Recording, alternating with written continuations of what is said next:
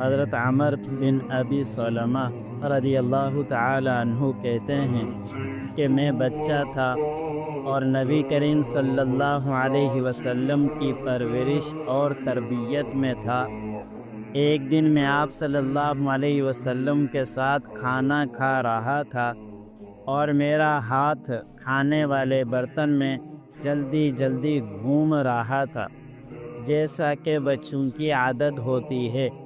میں اپنے سامنے سے کھانے کے بجائے ادھر ادھر ہاتھ ڈال رہا تھا۔ چنانچہ آپ صلی اللہ علیہ وسلم نے مجھ سے ارشاد فرمایا، بسم اللہ پڑھو، دائیں ہاتھ سے کھاؤ اور اپنے سامنے سے کھاؤ۔